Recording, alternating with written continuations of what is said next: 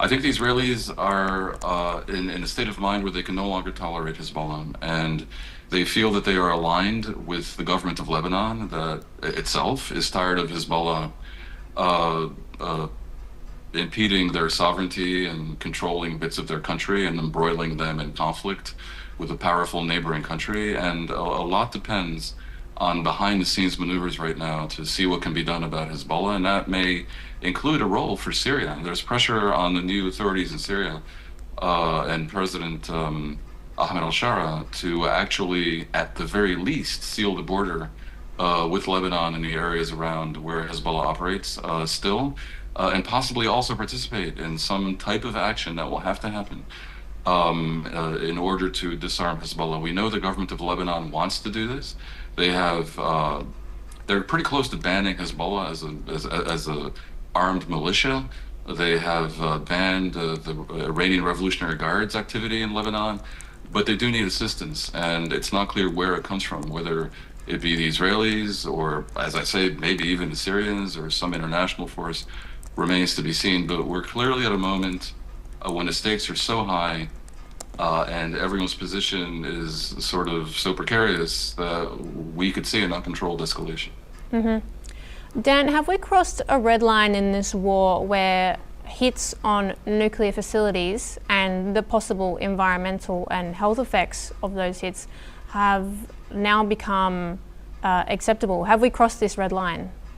No, I don't think it is acceptable. And I think the Israelis and Americans in their attacks on the Iranian sites believe that they're not risking radioactive fallout. They want to get hold of the enriched material, but Iran does not have active nuclear reactors that are being attacked.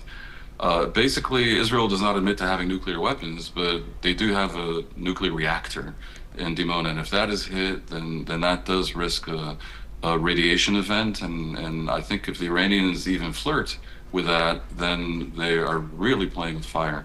As indeed the Iranians have been playing with fire in a variety of ways by attacking energy installations around the Persian Gulf, blocking the Strait of Hormuz. They put Trump in a position where, even though one can never predict what Trump is going to do, you can come close to confidence in saying that he will have trouble ending the war in a situation where it looks like Iran forced his hand by blocking the Strait of Hormuz. That has to end.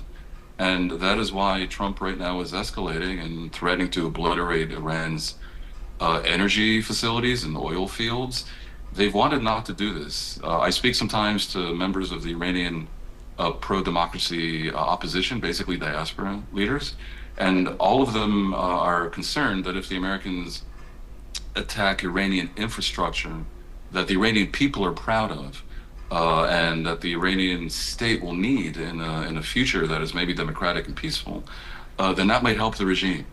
And so whatever the Americans do really needs to be messaged very publicly, very clearly, unequivocally, that this is an effort at this point to force the hand of the regime and maybe to bring down the regime. At some point, if you escalate enough, if you push people enough, then they may go further in direct action to compel a regime change, and it may be time to talk about what is necessary in order to bring about a military coup in Iran.